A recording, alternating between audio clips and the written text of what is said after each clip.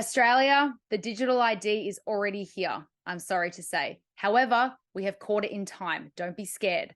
In this video, I'm going to show you exactly how it's already here and how the biometric data plays a role in all of that. Secondly, I'm going to give you steps that I personally took myself to protect my data from this. We're actually in a really unique position right now because it says in the documentation I'm about to go through with you that they are depending on future legislations to pass in order for the digital ID to really work the way that they want it to.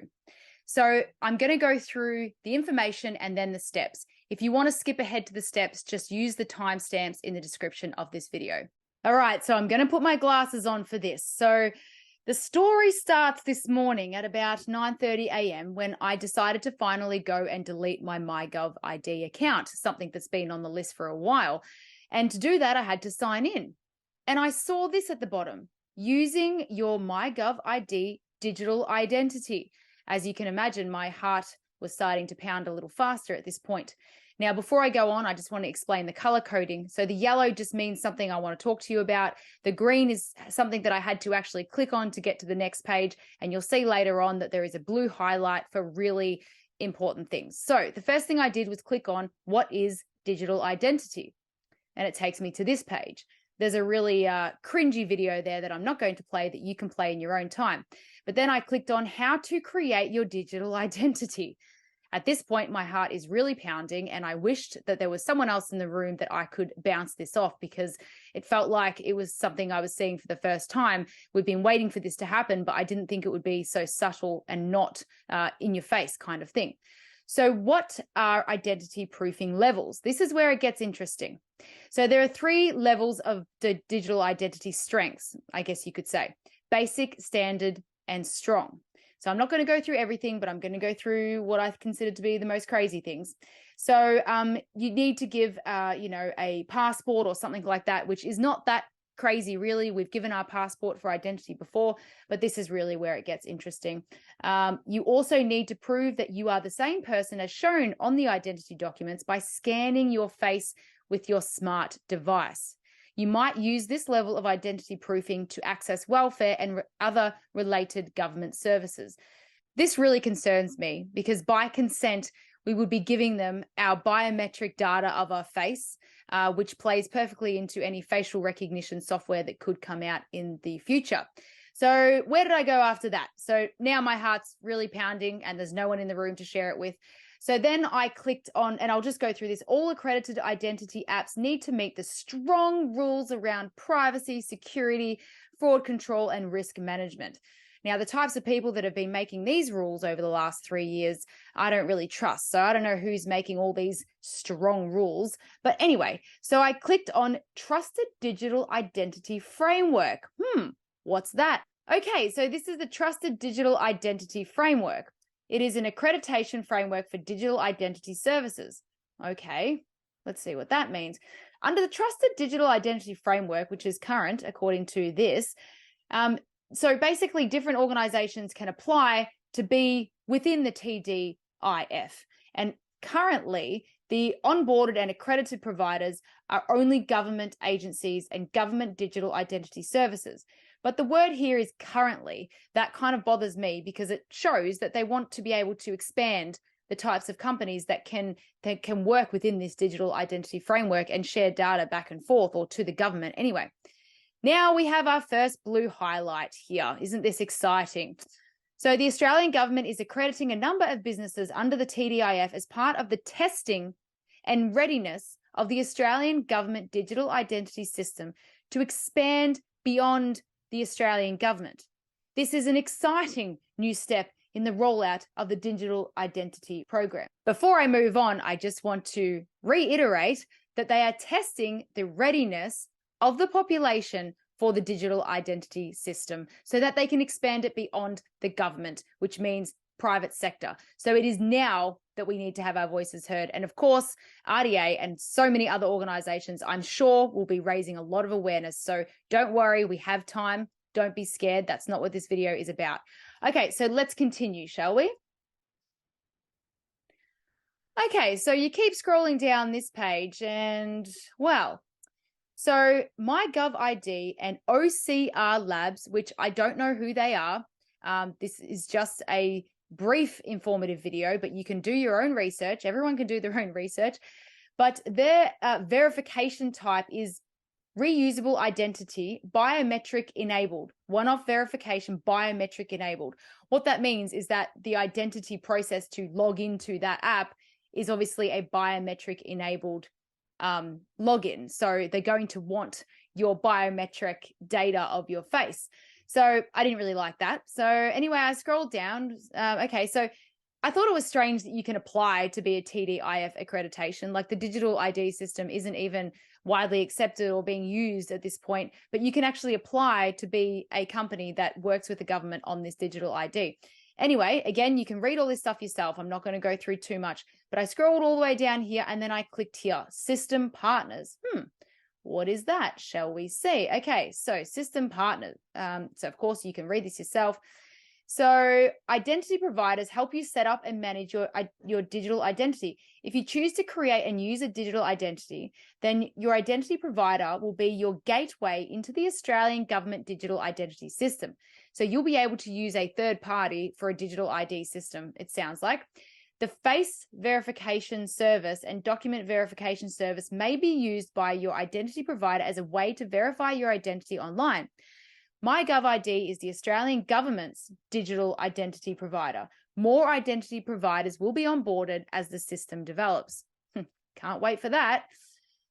Identity exchange acts like a switchboard, transferring information with your consent, very important words, between relaying parties, identity providers and attribute service providers in a way which is secure and respects your privacy. Kind of like they respected our privacy of body autonomy. Yeah, I don't buy that for a second. Okay, so we got some more blue here. Can't wait to read this. So pending the passage of legislation, the system will expand to allow private sector and state and territory government relaying services to participate in the digital identity system. The Australian government is allowing a number of state and territory government agencies to participate in the Australian government digital identity system on a pilot basis as part of our testing of the readiness of the Australian government digital identity system to expand beyond the Australian government. I know it's hard to imagine, but it gets a lot worse. I went to MyGov ID privacy policies.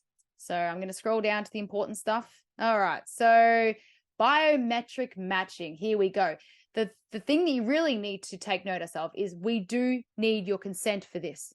That's why we've caught it in time, guys, right? So the face verification service can measure the biometric information for your facial image. This means measurements or calculations about your physical appearance. Biometric images and photographs are collected as part of the operations of the MyGov ID system and will be managed and destroyed in accordance with the law. Okay, so let's take a breather. Who here trusts the law system? Who here trusts the people that make the laws? In the last 3 years, the laws have hurt millions of people around the world. So if my biometric data privacy is depending on the law and they are going to act in accordance with the law, private sector companies and government companies broke the law of the land, the constitutional law, over and over again in the last 3 years. So saying that does not make me feel better at all. All right, so let's get back to business. Unfortunately, this page gets worse. This may include disclosures to other digital identity system participants, such as the Digital Transformation Agency in their capacity as the System Oversight Authority, or Services Australia in their capacity as the System Interim Oversight Authority. I mean, who are those people anyway? And of course, they're government run probably. So yeah, we will not share your personal information without your consent, which is good, unless, well, your personal information will be stored securely in Australia, like Westpac and Medibank, really secure. We also share personal information with our contracted service providers, such as our telecommunication and cloud service partners, to the extent that is necessary to provide you with MyGov ID services. Who decides what's necessary? Now, this is the worst part. We will not use or disclose your personal information for any other purposes unless you have consented to, which is fine, or we are required or authorized to do so under an Australian law or court tribunal. So again, who here trusts the Australian law or court system? Yeah, so I was a criminal according to Australia a year and a half ago, and they tried to get all my data as well. Luckily, they couldn't because, well, I said no. But the point is, if they request it from the digital identity providers, that would be a reason to share all of your data. Anyway, so that's the information. Of course, you can go and read it all yourself, like I said. But now we're going to talk about the steps that you can take right now, today, to ensure that you can protect your data as much as possible. Okay, so here we go. In the description of the video, there is a link to a webpage on Reignite Democracy Australia where I go through the steps. So I'm not going to go into too much detail because they really are all there. But step one, you've got to delete both of the apps that you have, MyGov ID and ATO and the ATO. If you know your login details, then all you need to do is sign in and actually close your account. If you don't know your login details, call that number there, which is what I did, and they will actually have to delete your account anyway.